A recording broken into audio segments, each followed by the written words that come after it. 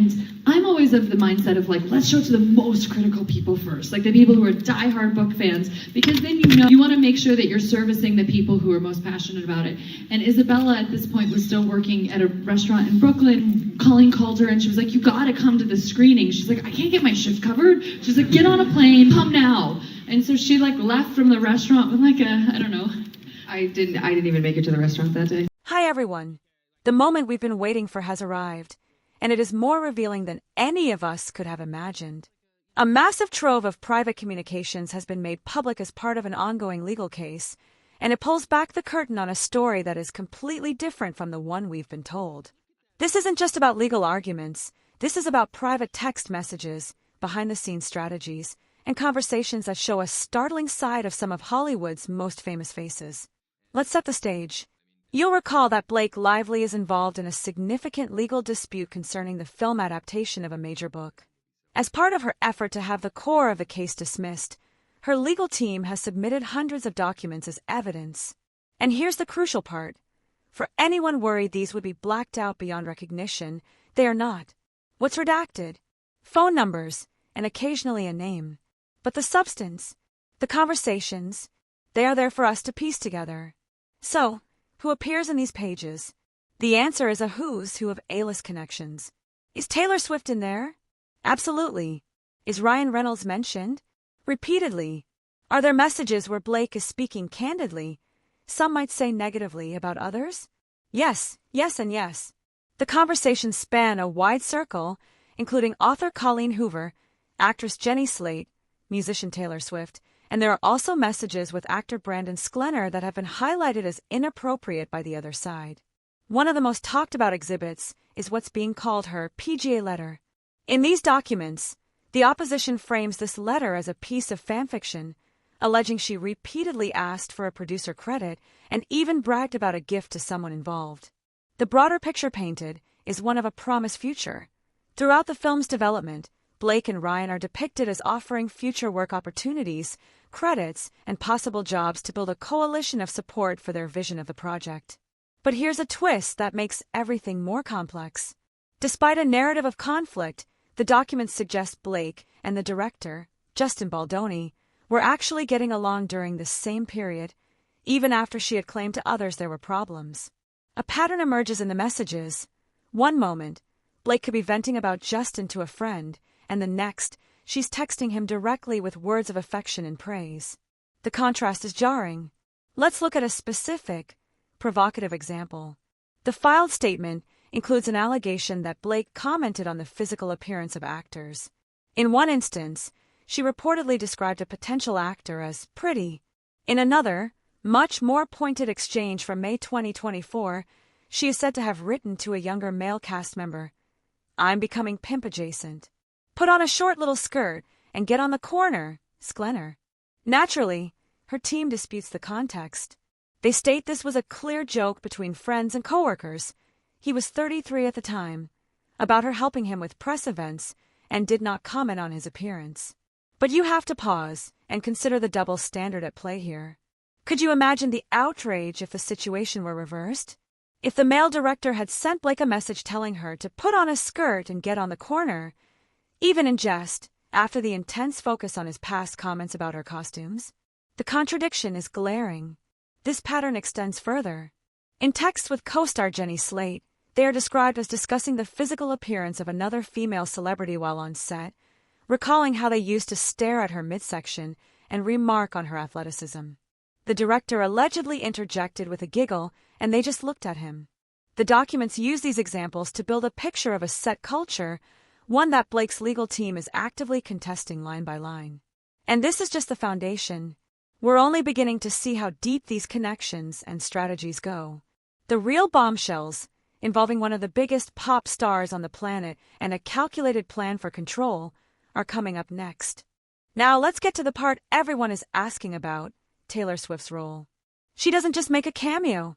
She is a recurring character in this story, and her presence fundamentally changes the narrative we've heard publicly. First, let's go back to April 2023. The documents state that Blake texted her friend, the globally famous musician, for help. In these messages, She is said to have referred to the director as the doofus director of my movie and a clown who thinks he's a writer now. More critically, she allegedly asked Taylor to endorse a revised script she was pushing for without even having read it. "You don't have to read it, of course," the message purportedly said. This directly clashes with the public account.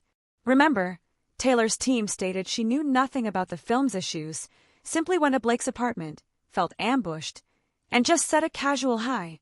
But the documents tell a different tale. Blake's version in her defense is that she sent Taylor the script on the way over because the director was still there, told her she didn't have to read it, but hoped she would. And then, according to the filed evidence, Taylor agreed, texting back, "I'll do anything for you." The meeting happened at Blake's apartment. Afterwards, Blake's excited text to Taylor is quoted, "You were so epically heroic today, you making up about me and lenses and referring to yourself as my doll, this clown falling for it, but also resisting it. You were the world's absolute greatest friend ever." Read that again. This text, attributed to Blake, seems to acknowledge that Taylor made things up during the meeting, that they were performing a kind of act, and they were privately laughing about how the director was falling for their bit. Blake's legal team disputes the characterization that Taylor agreed to do her bidding, but the cited messages create a stark contradiction. It paints a picture not of an ambushed bystander, but of an active, willing participant in a strategy to influence the project. She appears again days later. The director texts Blake saying he would have liked the script changes with or without Ryan or Taylor's input, and that Blake explained she used Reynolds and Swift as her dragons to protect her like the princess in Game of Thrones. She then allegedly texted that everyone benefits from her relationship with them, promising, "You will too." The cumulative weight of these exchanges makes Taylor's public, ambushed story seem difficult to reconcile. It suggests she was not a passive visitor but a strategic asset being deployed. The story gets even more complex when we get to allegations about the director's personal past. The documents mention Blake objecting to him referencing personal times that physical consent was not given. In a subsequent text with Taylor, Blake is said to have likened his comments to an article where he discussed his own experience as a victim of abuse. Blake disputes the interpretation, but the core allegation, that she shared this sensitive article with Taylor, stands. This moves the conversation into an extremely serious realm, suggesting these deeply personal topics were part of their private discussions. Later, during the marketing phase, their collaboration continues. Texts show them discussing using Taylor's song in the trailer. In a pivotal exchange, Taylor allegedly texts Blake a piece of strategic advice. If Justin was strategic, he would be like, "No, Taylor Swift in the trailer because that gives you more power over the film. That's your ally, not his." Blake responds, "You are so right. He should have run from your music. How stupid." This was his only shot at having the appearance of an upper hand. This is perhaps the most clear-eyed moment in all the documents. It explicitly frames Taylor's involvement not as artistic support for the film, but as tactical leverage for Blake in a power struggle. Taylor's music is positioned as a weapon to be deployed, and his acceptance of it is framed as a strategic blunder that cedes control. This directly contradicts the image of a friendly musical contribution. So, why has Taylor Swift said nothing publicly to support or refute Blake throughout this entire ordeal? Her silence, which many have found deafening, is starting to make a brutal kind of sense. If these communications are accurate, her public narrative and her private actions are on two completely different planets. And we haven't even gotten to the most shocking part yet. The plot thickens into what feels like a corporate thriller. Enter a company called Vanzin, described as an entity owned solely by Blake and Ryan Reynolds, used for personal expenses. And somehow, Taylor Swift's name appears in this strand of the story, too. In August 2024, the documents state that Baldoni's former publicist, Stephanie Jones, came into possession of a personal phone belonging to him. Jones allegedly connected with Blake through a mutual acquaintance, wanting to share what she found.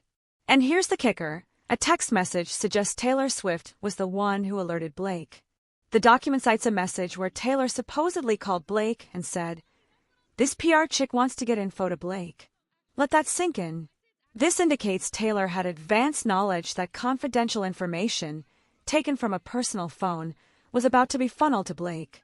The publicist is quoted as telling Blake the phone contained the most disturbing messages she's ever read, and that Blake deserved to see what had been done to her.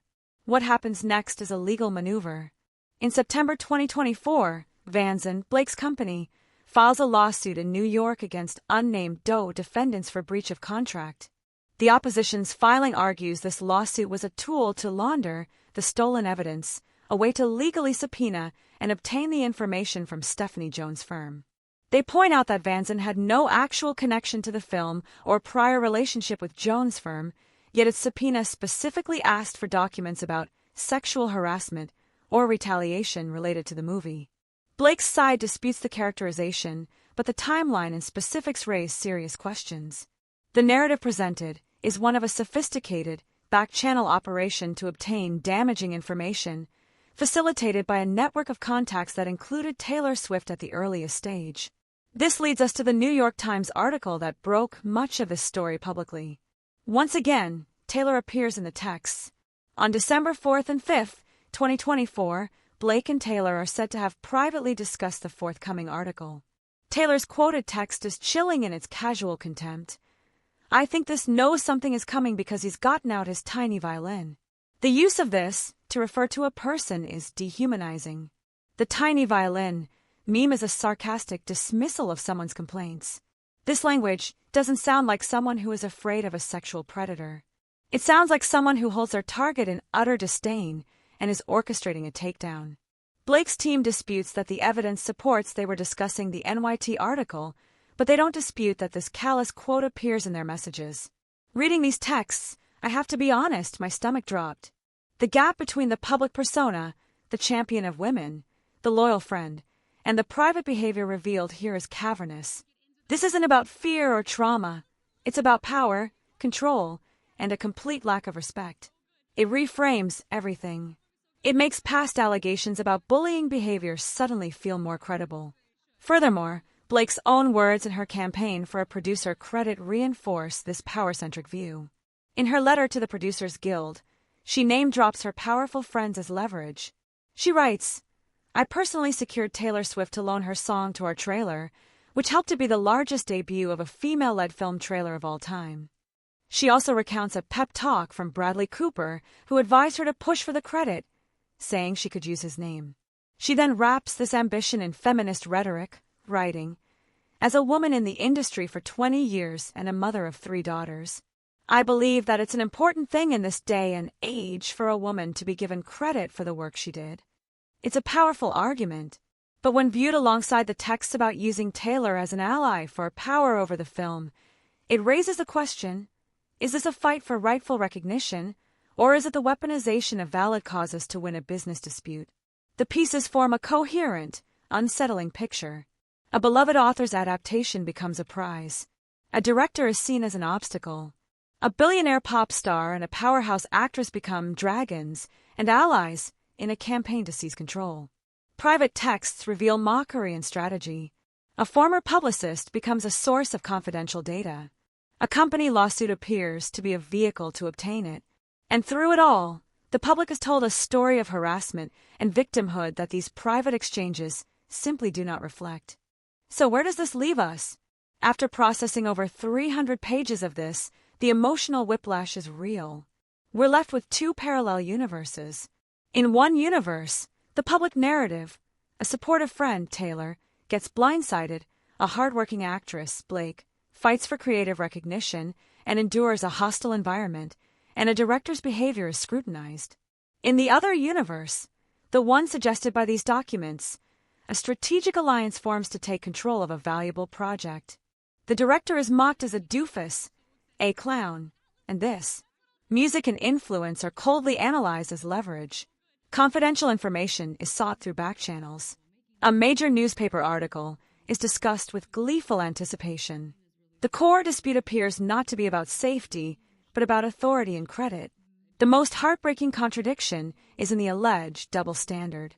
Blake can joke to a male co-star about wearing a skirt and being pimp-adjacent, but the director's past comments on her wardrobe are held up as evidence of a toxic environment. One is defended as banter between friends, the other is framed as professional misconduct. The audience is left to decide if the context truly justifies the disparity or if it reveals the subjective, power-driven nature of the entire conflict. Ultimately, this isn't just about celebrities behaving badly. It's a case study in perception management. It shows how a powerful network can shape a public story that is radically different from the private calculations being made. Taylor Swift's continued silence now reads not as caution, but as necessity. To speak would be to enter a minefield where her own words, revealed in court, could contradict her. This is also why, I believe, the full picture has been so hard to see. These documents represent one side's best evidence. The other side will present theirs. But what we have seen so far is enough to shatter the initial, simplistic headline.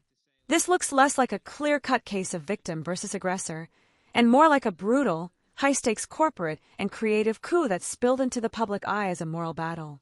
I want to know how you feel after all this. Does this change your perspective? What piece of information stood out to you the most? The journey isn't over. Ryan Reynolds' role in all of this is a deep dive for next time. But for now, sit with this. Process it.